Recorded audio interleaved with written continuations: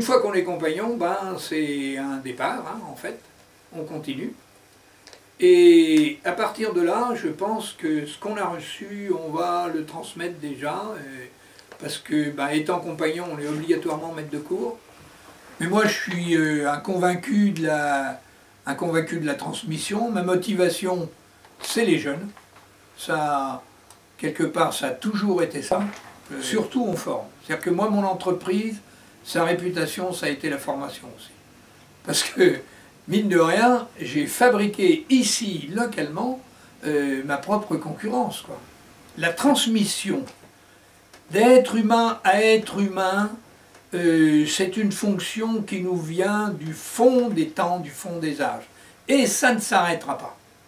Malgré tout ce que d'autres pourront en tirer à leur profit, je dirais, personnel, de toute façon, ça les mettra sur le côté, ça les évacuera.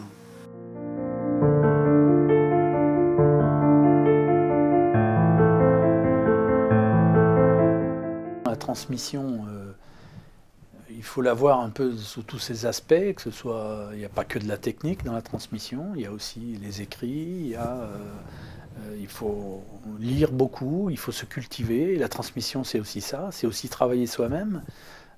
C'est pas parce qu'on transmet que... ceux à qui on transmet, il ne faut pas non plus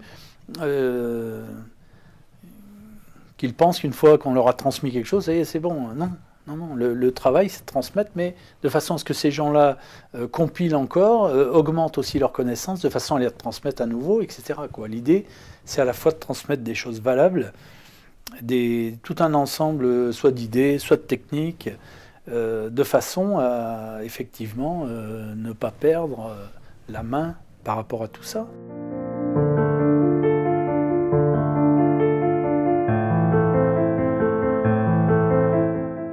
Pendant la période de 47 à 60, j'ai formé deux apprentis. J'en ai eu un qui avait déjà été chez un patron. D'accord. Ça m'a permis de suivre un peu l'évolution aussi du travail. C'est vrai que quand j'ai démarré Plageant Jaurès en 60, là, j'avais pu l'apprendre. J'aurais transmis quand même le travail bien fait, hein, oui. En horlogerie. Enfin, les deux que j'ai eus, ils ont réussi. Hein.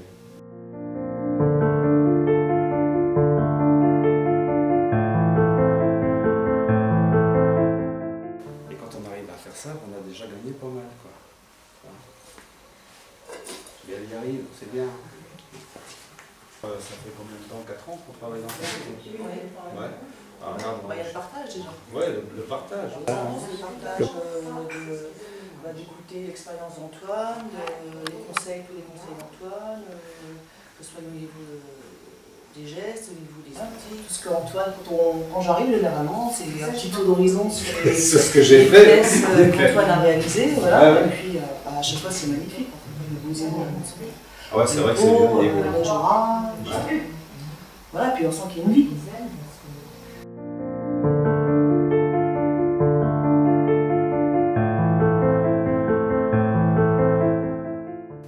J'ai voulu me renseigner. Alors j'interrogeais des vieux ouvriers, puis j'observais beaucoup. Et alors petit à petit j'ai progressé. Mais la transmission était très partielle parce qu'on me donnait des petits conseils pour ceci, cela. Mais j'ai commencé vraiment à évoluer en faisant des essais par moi-même. Et puis je me suis acheté des bouquins techniques. D'accord. Voilà. Ça, moi je pense que le métier, il ne faut pas qu'il disparaisse. Il faut quand même garder les techniques d'une façon ou d'une autre, parce qu'un jour ça peut revenir la demande. Et s'il y a pas d'ouvriers pour reprendre... Il faut conserver le savoir-faire, il faut le préserver, il faut le transmettre. Oui, alors il y a la manufacture de Sèvres, mais c'est très élitiste.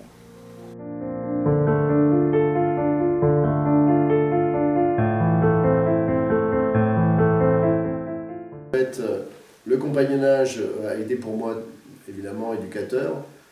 Paul Feller m'a édifié quelques principes qui ont été pour moi quelque chose de fondateur aussi, et en tout cas que je dois transmettre. Et puis, derrière tout ça, le seul message qu'il faut que nous réussissions à faire passer, c'est que ce n'est pas terminé. Je crois que c'est justement, nous sommes dans une période où on a montré l'obsolescence d'un système et que le changement de système, ce qu'on dit le changement de paradigme, une vision du monde est en train de se créer. La crise nous amène à devenir un peu plus raisonnable pour une gestion raisonnée de notre humanité et de la nature qui nous permettent de l'apporter. Et à partir de ce moment-là, effectivement, nous reviendrons à des valeurs qui sont fortes et qui ont été chères dans le cœur de Paul Feller, mais qui est surtout chères à l'ensemble, je dirais, d'un côté des compagnons, des artisans, des entrepreneurs, de tous ceux et puis de tous ceux qui pensent et qui croient dans l'humanité et dans la jeunesse.